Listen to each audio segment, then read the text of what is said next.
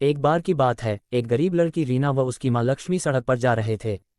वह अपने गांव से काफ़ी दूर पहली बार इस शहर में आए थे। कुछ आगे आकर वह दोनों एक चाय वाले की दुकान पर रुक गई।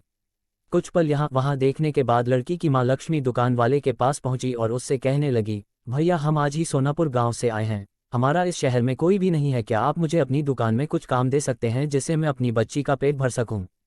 इस पर चाय की दुकान वाला कहने लगा, बहन मेरे पास तुम्हारे लिए कोई बड़ा काम नहीं है और ना ही मैं तुम्हें इतने पैसे दे पाऊंगा।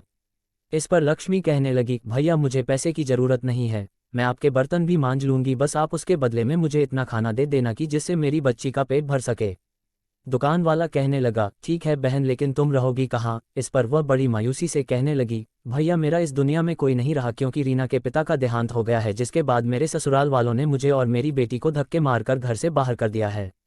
वह बोली, अब तो मुझे ही अपनी इस बच्ची को पालने के लिए कुछ ना कुछ काम करना पड़ेगा, आपको मंजूर हो तो मैं आपकी इस दुकान में ही सो जाऊंगी, सुबह जब तक आप अपने घर से आएंगे तब तक मैं आपकी दुकान में झाड़ू पोंछा व बर्तन साफ कर दिया करूंगी, इसके बदले में आप बस मेरी बेटी को कुछ खाने को दे दिया करना। लक्ष्मी की ऐसी बातें सुनकर चाय वाले का मन पिघल गया और उसने लक्ष्मी की बात मान ली। दोनों माँ बेटी वहीं दुकान में रहने लगी और काम करने लगी। ऐसे ही उनका समय बीतने लगा। एक दिन चाय वाला उससे कहने लगा, बहन मैं तुम्हारे लिए पास के कारखाने में बात करूंगा जिसमें मेरी चाय जाती है, उसके मालिक का स्वभाव बहुत अच्छा है, उनके पास तुम्हारे लिए कोई काम होगा तो वह तुम्हें अवश्य ही काम देंगे, जिससे तुम्हें व तुम्हारी बेटी को एक अच्छा ठिकाना मिल जाएगा। ये कहकर चाय की दुकान वाले भैया ने जब कारखाने के मालिक से उन दोनों के बारे में बात की तो मालिक ने कहा, ठीक है, हमारे घर पर एक काम करने वाली की आवश्यकता है, इसलिए तुम उसे हमारे घर भेज देना। वह चाय वाला लक्ष्मी व उसकी बेटी को मालिक के घर भेज देता है, जहां पर मालिक की पत्नी लक्ष्मी को घर का पूरा काम समझा देती है और साथ में ये भी समझा देती है कि तुम्हारी बेटी रीना मेरी बेटी समायरा से दूर रहे, जिससे उसे किसी भी तरह के इन्फेक्शन या बीमारी का खतरा ना रहे। एक दिन लक्ष्मी रसोई में काम कर रही होती है कि अचानक उसकी बेटी रीना के चीखने की आवाज़ सुनाई देती है। लक्ष्मी भागकर वहां जाती है तो देखती है रीना ने समायरा की फ्रॉक हाथ में ले रखी है और उसे देखकर बहुत खुश हो रही है। इतने में मालकिन भी वहां आ जाती है और लक्ष्मी व रीना को डांटने लगती है। वह कहती है, लक्ष्मी मैंने तुमसे कहा था ना कि समायरा की किसी भी चीज़ को मत छूना और उससे दूर रहना। ये कहते हुए मालकिन समायरा की उस फ्रॉक को रीना को ही दे देती है और कहती है, अब इस फ्रॉक को तुम ही पहनना। ये कहते हुए गुस्से से यह कहते हुए चली जाती है। एक दिन मालकिन व लक्ष्मी पास के बाजार में सामान खरीदने साथ में जाती हैं और रीना व समायरा घर पर अकेली रह जाती हैं। वह दोनों अलग अलग खेल रही होती है कि अचानक समायरा को चक्कर आ जाते हैं और समायरा बेहोश हो जाती है। तभी पास ही खेल रही रीना की नज़र समायरा पर पड़ जाती है और वह भागकर उसके पास पहुंच जाती है। रीना समायरा के ऊपर पानी की बूंदें डालती है जिससे उसे होश आ जाए, पर समायरा अपनी आंखें नहीं खोलती।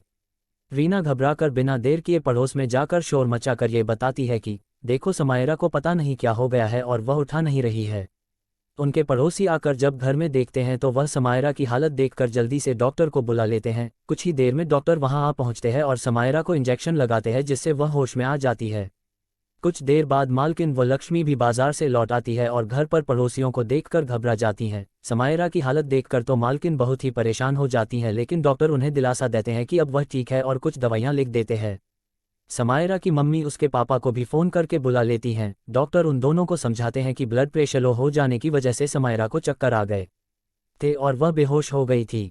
ऐसे में अगर सही समय पर रीना पड़ोस में जाकर लोगों को नहीं बुलाती तो कुछ भी हो सकता था। वह रीना की बहुत तारीफ करते हैं और कहते हैं, अगर यह समझदार लड़की यहाँ ना होती तो पता नहीं आज क्या हो जाता।